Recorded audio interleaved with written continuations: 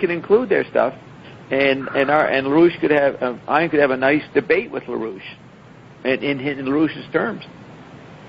So we are looking at the Museum of the Android Meme. We've entered the LaRouche quadrant. We look at it as the whole cult. We're looking at it in operation and being critics of it or being celebrants of different aspects. This is the new form. These are the new galleries, the new museums. We go over to LaRouche quadrant, look at their video, look at their classroom. That's what's unique about this fucking art tour.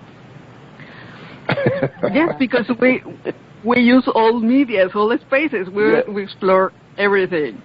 And if you want to see what LaRouche answers, you can go to the minute number 51. Okay, that'd be good. He's sitting there, very attentive. He's taking. She's just explaining the proportions, how the planet creates these scales. Yeah, foreplay. This is a colossal left hemisphere. Abelard and Heloise, you know, the two monks and nuns, 1200 had the affair. This is Abelard and Heloise. And they'll write about those. We saw the tomb in Père Lachaise. What? We saw their tomb in Père Lachaise. The Trump Abelard and Heloise. Oh, yeah, what Abelard about them? And Heloise Yes, what are about them? buried at Père Lachaise. We saw them. Oh, that's right. That's right. We saw their graves. Totally forgot that one. Yeah, that's 800-year-old graves. Didn't I urinate on them? Didn't I piss on them on behalf of the grammarian? No, because they are considered. They're considered the beginning. Abelard is a nominalist, which leads into dialecticians. You'll see, Bert, in the thesis that Abelard is a weak dialectician against the rhetorical grammarian tradition. So it would be appropriate for me as a grammarian to piss on his grave. Yes, and he got into trouble because he was talking about the Trinity in different ways. Who was, Roxy? Abelard. Oh, you know a bit about his writing? He talks about the Trinity? Yes, I went to French school, you know. And it's all the shit.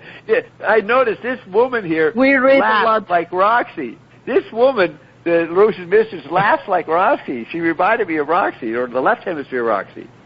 Yes, the one who demanded more homework at the end of the day in grade 3. More homework, please. But he had a painting of Jesus with 3 faces that is similar to the king in the bottle. Right. Because in a way that's also the 3 pillars, the 3 kings, the 3 kingdoms. So yes. You know what's interesting? Sort of getting it from you, Ophenel. Right. Remember, every one of the memes is a political operation. You're looking at this classroom, and in the background it says LaRouche PAC. You know, you're supposed to donate to the LaRouche running for president. And so if everybody is political in terms of trying to get an information cult going so you could hijack the White House. You know, you take over the microphone and you determine what the content's going to be. That's what all the memes are fighting over. Who's going to define what is? Yep. What'd you say? Not Dobbs. I was speaking about that tonight. No, Dobbstown's all. We're in charge of the 418 group, the Illuminati. Yeah, exactly. These guys are mere derivatives of Sarah. They're mere janitors, these cults. Just fucking janitors, you know, doing local cleanup jobs. Well, they give themselves away. They give themselves away by being that way. You know, like Thompson does it in his own way, and LaRouche does it in his own way. Yeah. And, you know what Thompson said lately, Alyssa? Maybe you read it. He is saying that let's get rid of. He voted for Hillary, but now he's saying get rid of Hillary and Bill.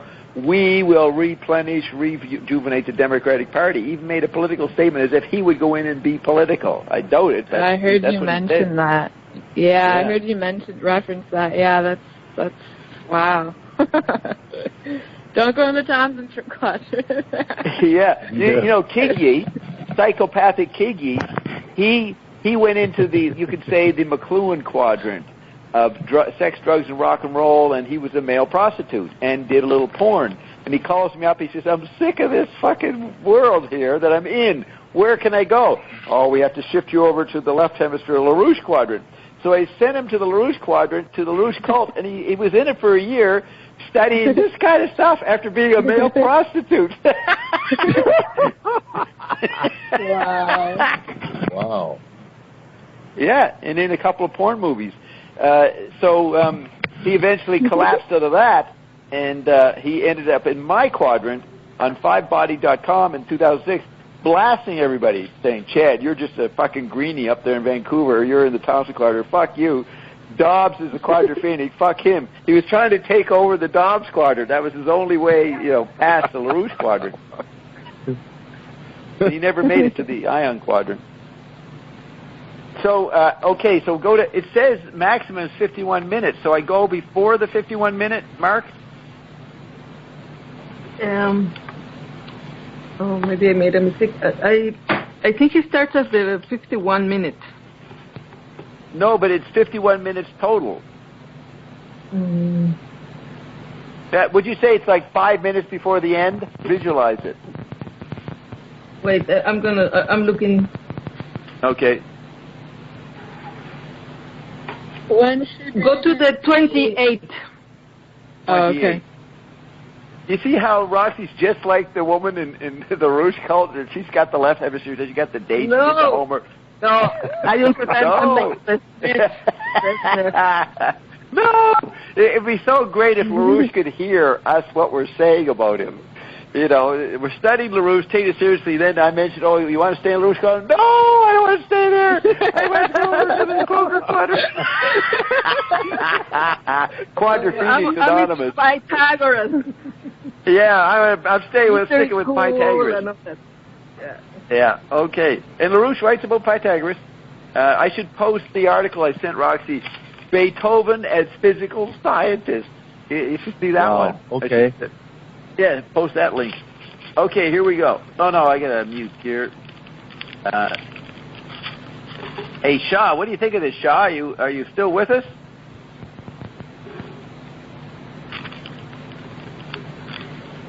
Well, we can't wait around. All participants are now muted.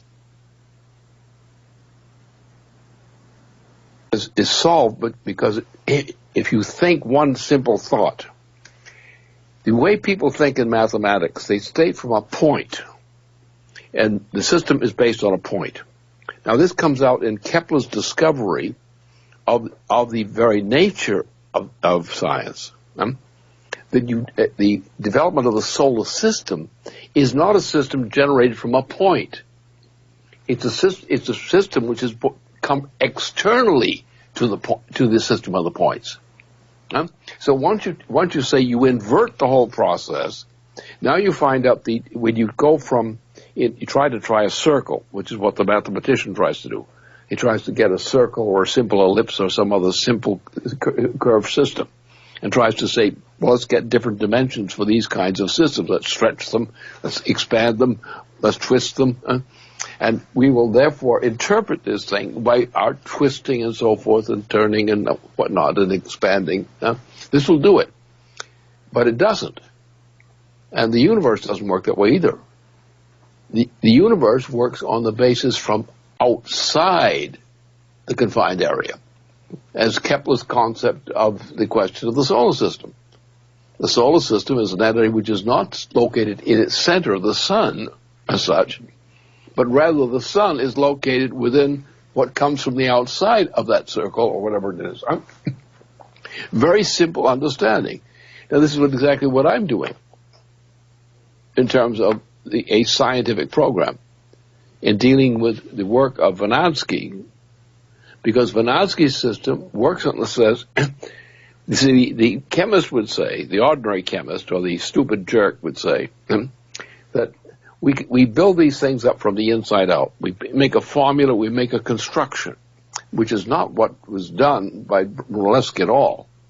So Brunelleschi is actually an anticipator of this whole principle, which he called it the minimum principle as against Cousé's maximum principle.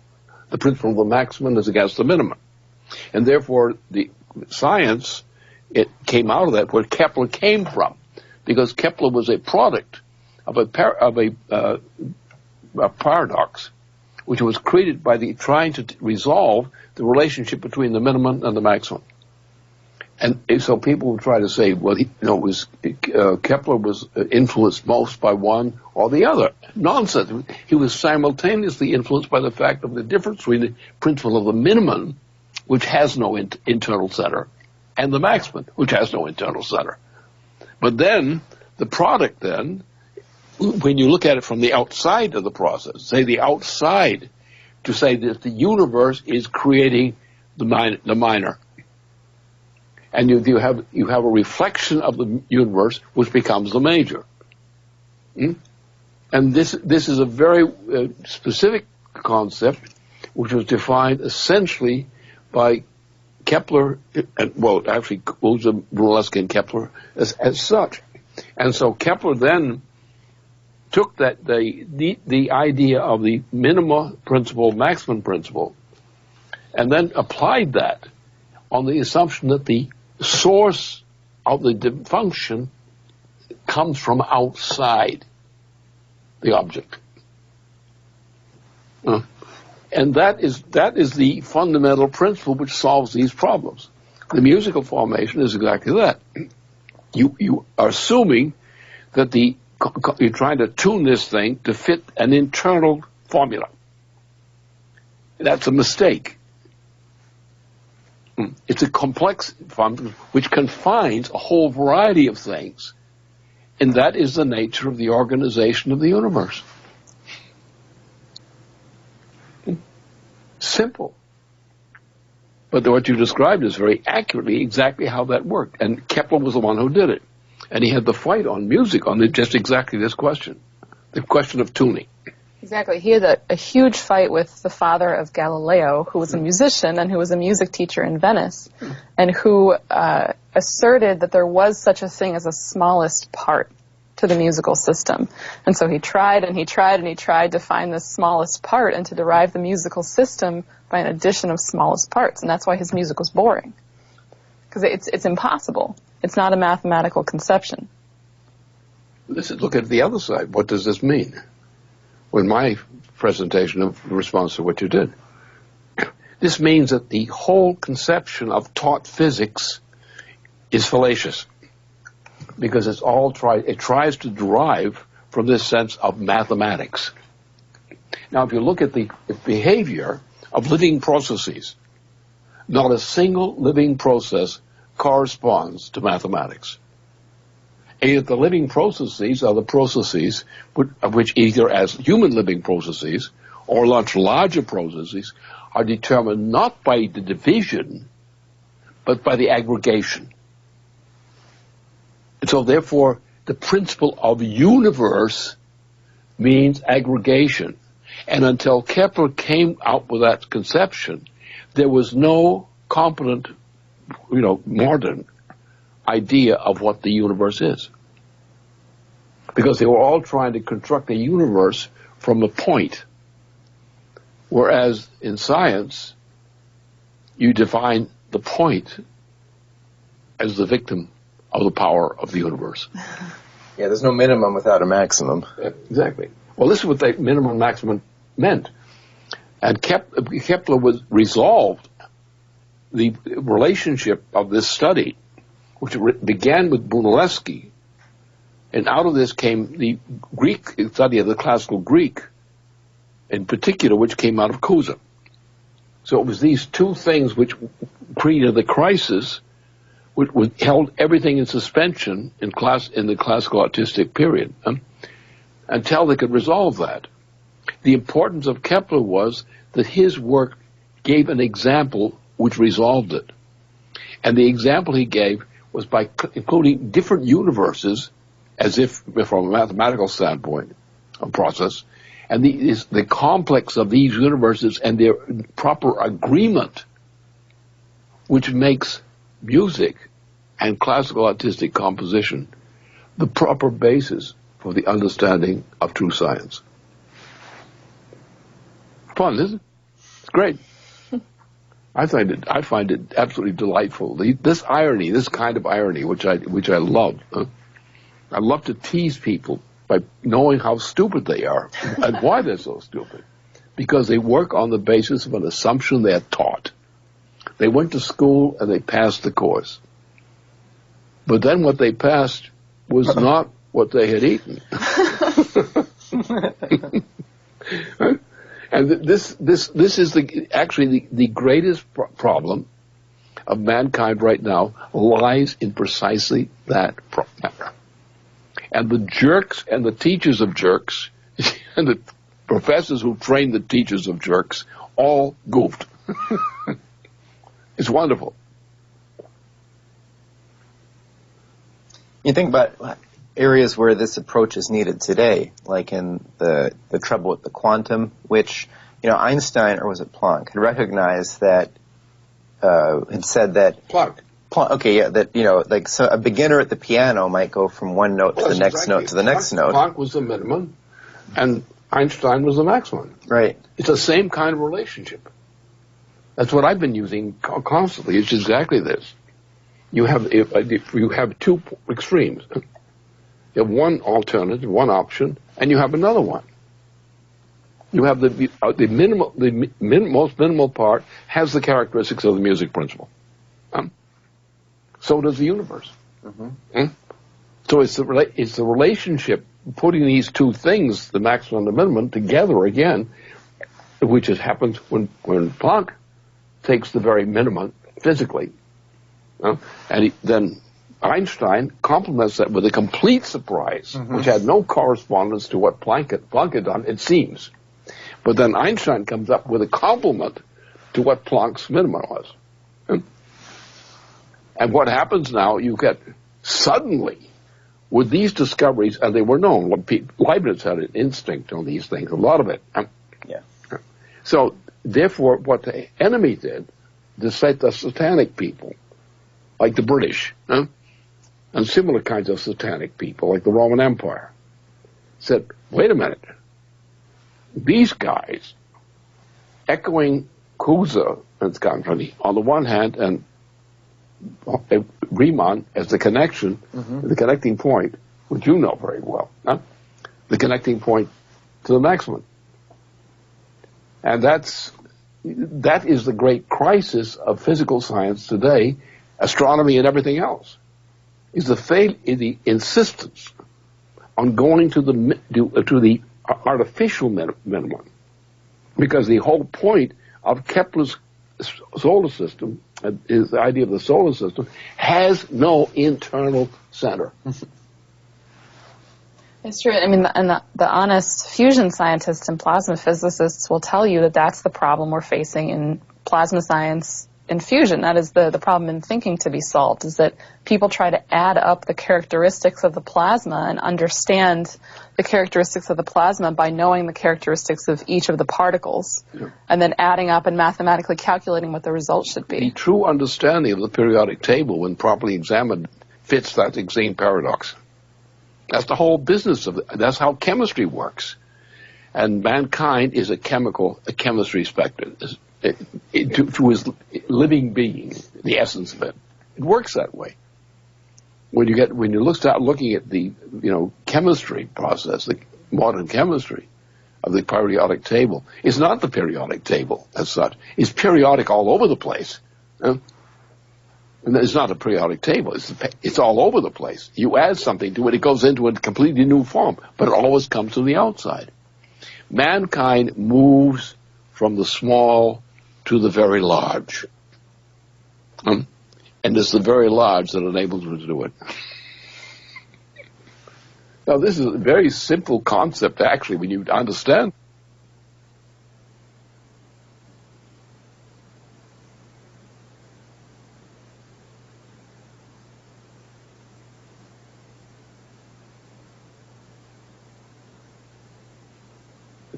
But you have all these idiots who, instead of accepting the fact that there's an enhanced process, when you can go right from the original triad of Brunelleschi, Cusa, and Kepler, that's a triad. Right? It's a functional triad. It's a functional triad which a resonance of the universe as a whole. It's not something contained within a sphere. It's something which the content reflects. And the way the content comes into existence is the universe has done it. So you have tuned the universe. And the universe is always from the outside. But you've learned to play the notes to make the universe resonate. Because it will do so automatically once you do the right solution. That is really the essence of the principles of competent physical science, of art and the human mind and everything else. The human mind and art and so forth are all the same thing, which is why Bonansky is the greatest physicist living on the planet today, even though he's dead. That's the irony.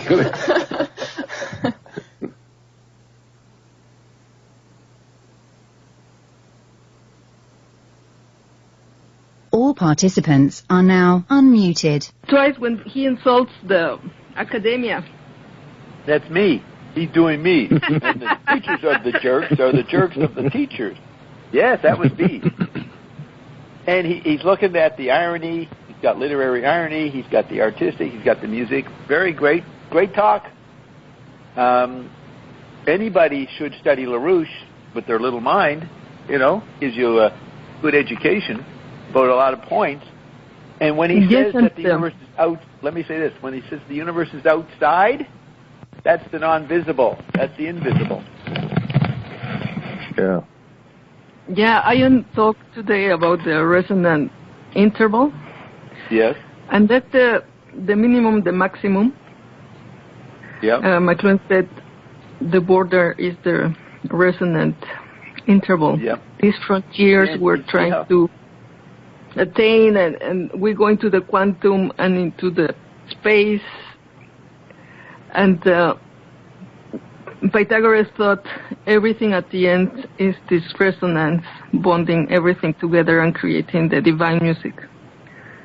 So you see how LaRouche is touching on the same themes as Ion and McLuhan. Yes. And we find Thompson be doing that, and Croker in an extreme way. That's why they're all fucking rotating around orphanelle. It's all the same conversation with a slightly different angle on it from each part of the trivium.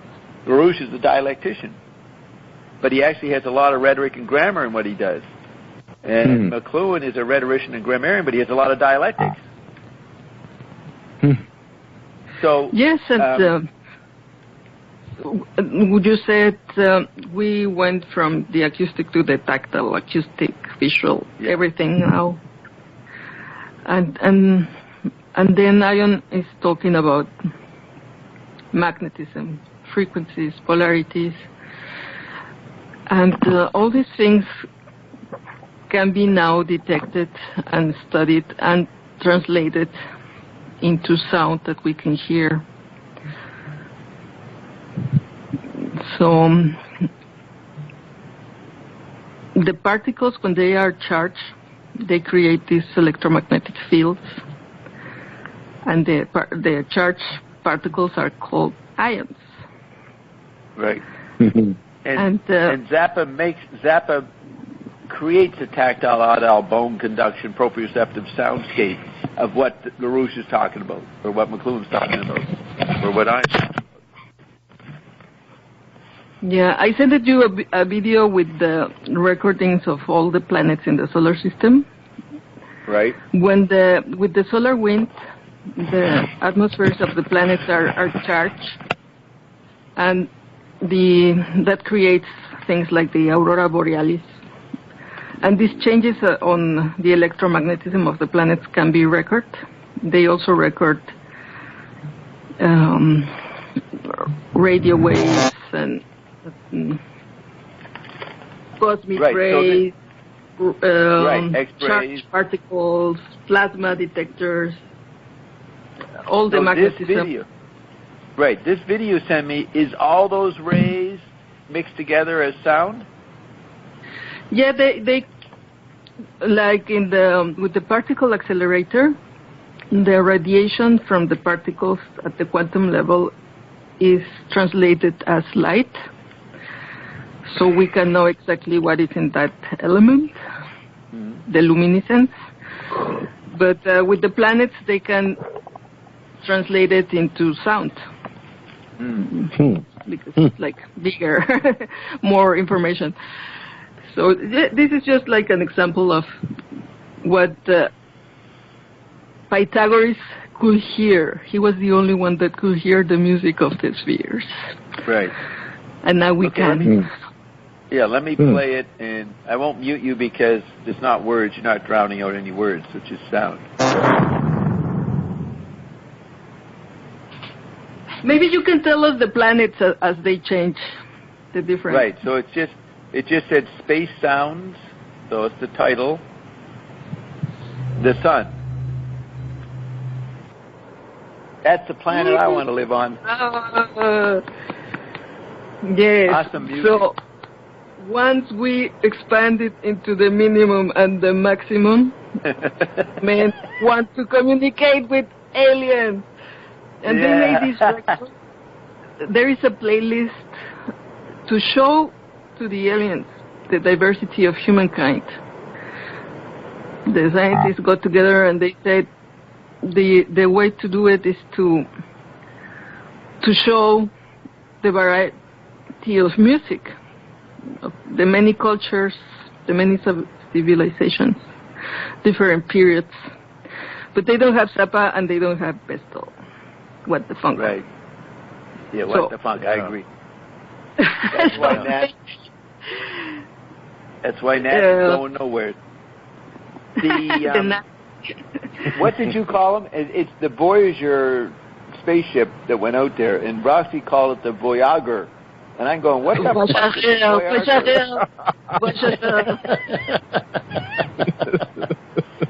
The Voyager. The expansion of men into space. So I suppose that playlist. Didn't the Zappa music sound like a note coming out of a planet? The Zappa, the way it began, it sounded like after hearing those sounds, it sounded like it. And there is a comet or something named after Zappa. Somebody lobbied for it and they got it done. So what? That was really interesting. Now. Yes, back to the roof. What I wanted to show is just what Diane is telling us. So we are in this moment of expansion into the minimum and the maximum.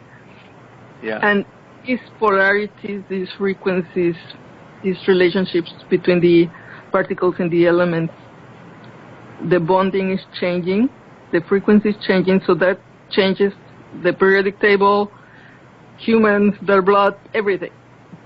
From the particles to the atmosphere, to the Gulf, to everything. So yes, the Zappa was a great planet, and the other planets, but Ion is emitting a multi-leveled vibration, not just sound.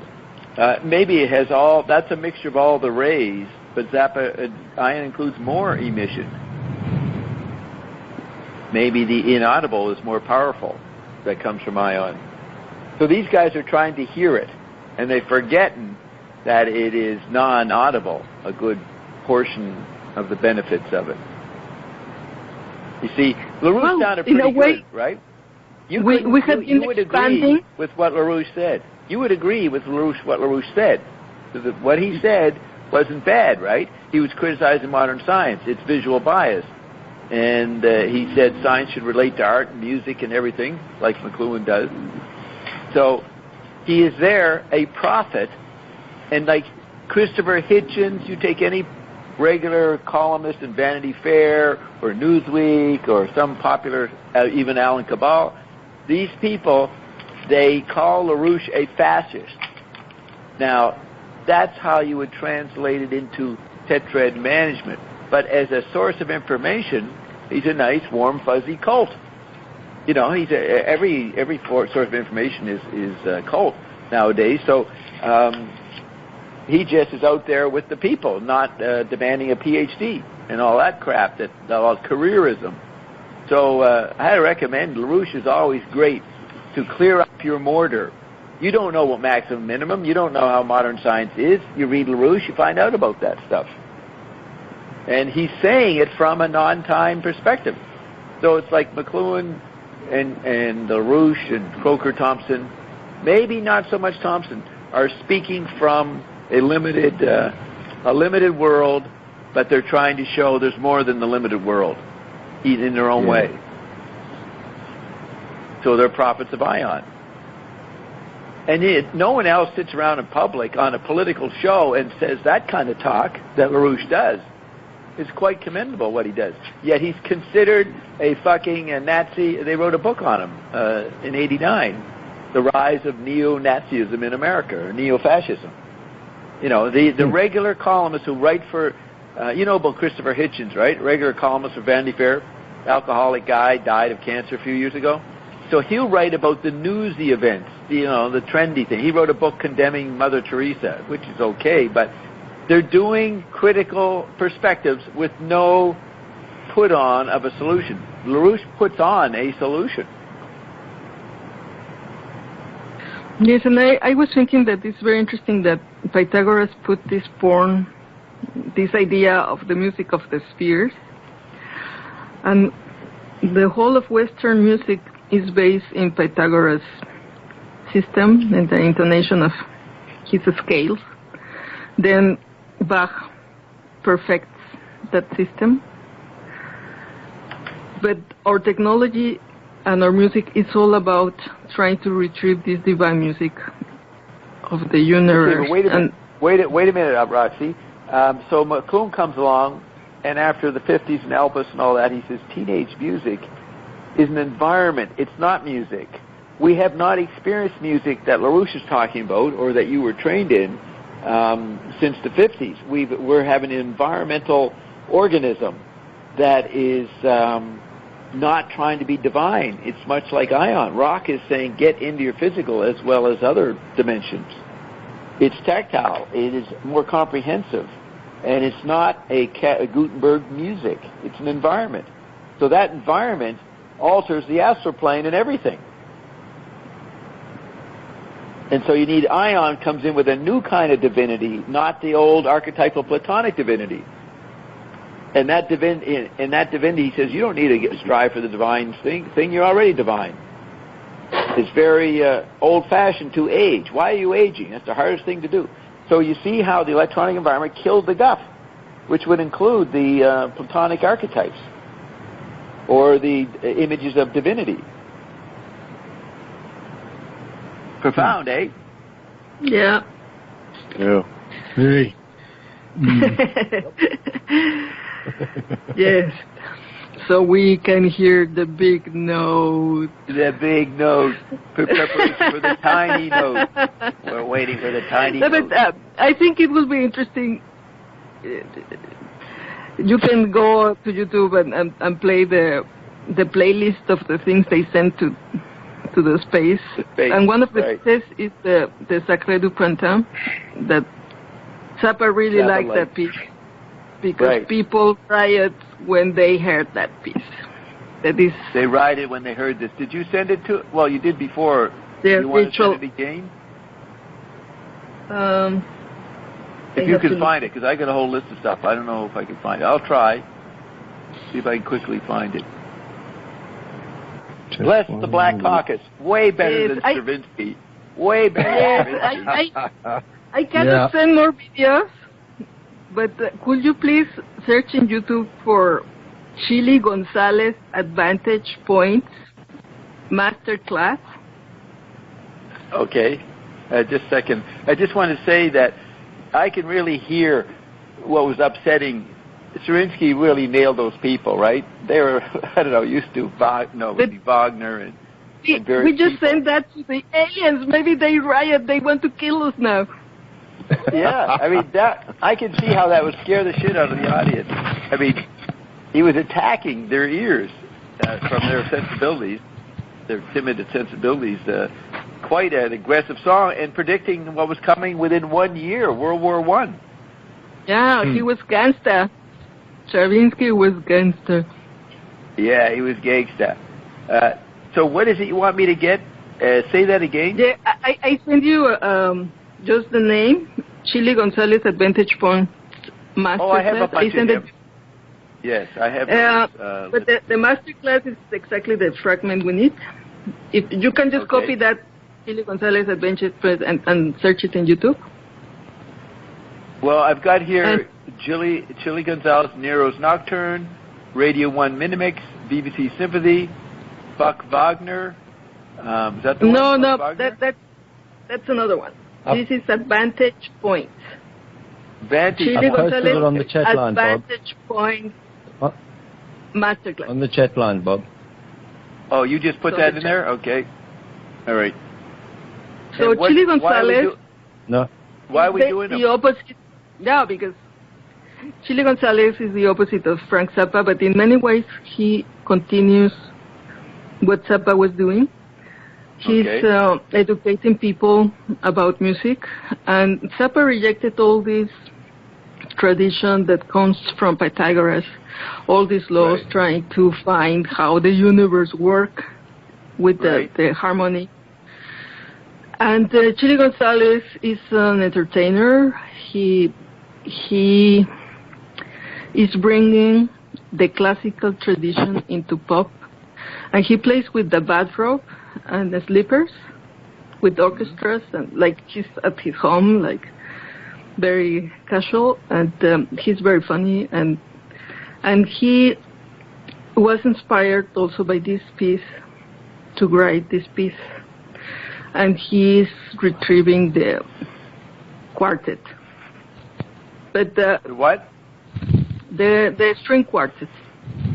Quartet. So, okay, yes, in this one, yeah. So he's doing many things Zappa was doing.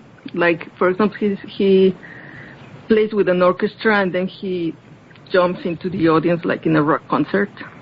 Oh yeah. And he does things like that, very funny and extreme, but retrieving the tradition. Right. That Zappa rejected. He's Canadian. Right. But what is Gonzalez? Is that Spanish, Mexican, Cuban? No, he's actually Canadian Jew, but he wanted to have like a DJ name, but he's making fun of this type of gangster name. Right. And he called himself Chili Gonzalez. Okay. That's right. Chill down, chill. Yeah. Chili Gonzalez. Okay, So here he inspired by the Sacre du Printemps. Right. That was nice music. I like that. Yes, and you can hear he's quoting the rhythm from Le Sacre du Printemps, the tan, tan, tan, tan, tan, tan, tan, tan. And in what we just heard? Yeah, he takes the rhythm of the chan chan chan chan chan chan I see. chan chan chan. He's quoting Stravinsky, and Zappa liked to camouflage that piece in his concerts in the middle of pieces. Yes, yeah. I just want to mention someone named Ennis. You know, every week there's a new name. Ennis Entwistle says, half an hour ago almost, philosophy confused with physics. Hard made soft versus soft made hard. A software communism in the end. Now, man, they're talking McLuhan stuff there, or me. That's pretty informed. A software communism in the end. Yeah, there's a lot to unpack that, but I won't do it now. But if he called in, I'd unpack it, whoever it is. Interesting. Hard made soft, soft made hard. That can be LaRouche versus McLuhan. I was going to say, right around the time this guy posted this, I was thinking that, so LaRouche says, okay, my physics, no, let's say McLuhan comes in and makes a criticism of the prevailing scientific artistic notions and says, look at the effects nobody's noticing. Then LaRouche says, yes, those are effects, but we're going to make something to move it out of that. So LaRouche goes off to make some new machine tools or Coldplay, and then Thompson comes in and says, no, we got to get to the mystery landscape. We've got some new amazing technologies rather than LaRouche's plodding step-by-step plasma physics. And McLuhan, of course, is not advocating inventing anything. He just wants people to be aware of the somnambulism that any new invention would cause. Then Croker comes in and says, what are we doing this for? It's already Planet of the Dead. We're already surplus flesh. We're not even eligible to make anything. Then Dobbs comes in, and what does Dobbs do? Anybody predict what Dobbs does? What does Dobbs do? He plays Zappa. No. I play fucking Ion. I play fucking Ion. Yeah. And I play one of the secret recordings of us talking to Ion with making a product that we can't play yet. I'll say, this is it. And it'll have science, plus LaRouche's irony, plus McLuhan's effects, plus the mystery. It'll have every one of the aspects of those four quadrants. And they'll say, Bob, you're still fucking rehashing old, tired cliches. Always going to mediums because you're fucking lazy. And then I'd walk out, and then 2 years later, I'm at the White House getting a Freedom of fucking Love medal or something, and they are all in old age homes. Freedom of love? Freedom of love medal? Oh, yeah. Yeah. Oh, yeah. Yeah, party down. Yeah. But that's right. That's what's going to happen. They're going to be watching TV in their old age homes. All of a sudden they'll see me being commended by everybody, the Congress, everybody, the fucking NASA, the American Medical Association, the physics fucking thing, university professors, football teams, hockey teams, all be there in the audience celebrating the little medal, the Freedom of Love medal for Bob, for his great contribution to society. Bob swallows it all and shrinks it all down into a medal. Yeah. So I get the medal, I pull up my dick and piss on the fucking podium. Yeah, so and I turn on my little smartphone, and while I'm pissing, there will be live Ion cheering me on. Oh my gosh, that sounds like South Park, Bob. Sounds like what? Frostbite. South Park.